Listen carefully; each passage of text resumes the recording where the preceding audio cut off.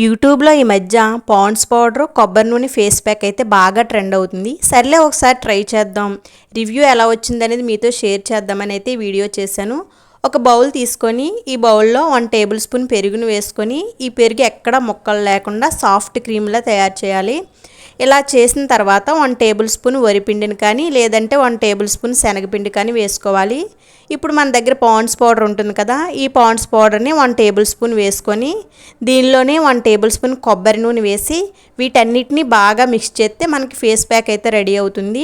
దీన్ని మనం ఫేస్కి అప్లై చేసి ఒక 20 నిమిషాలు ఆరనిచ్చిన తర్వాత చల్లటి నీళ్ళతో కడిగేసుకుంటే ఫేస్ ప్యాక్ అయితే అయిపోతుందండి.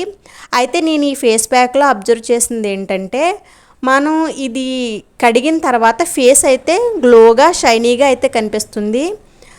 పర్లేదండి, అప్పుడప్పుడు అయితే ఈ ఫేస్ ప్యాక్ యూజ్ చేయొచ్చు. మన ఫేస్కున్న ట్యాన్ అయితే బాగా రిమూవ్ అవుతుందన్నమాట. మరీ నల్లగా ఉన్న వాళ్ళు తెల్లగా అయితే రారు, కానీ ఫేస్ అయితే గ్లో వచ్చిందనమాట.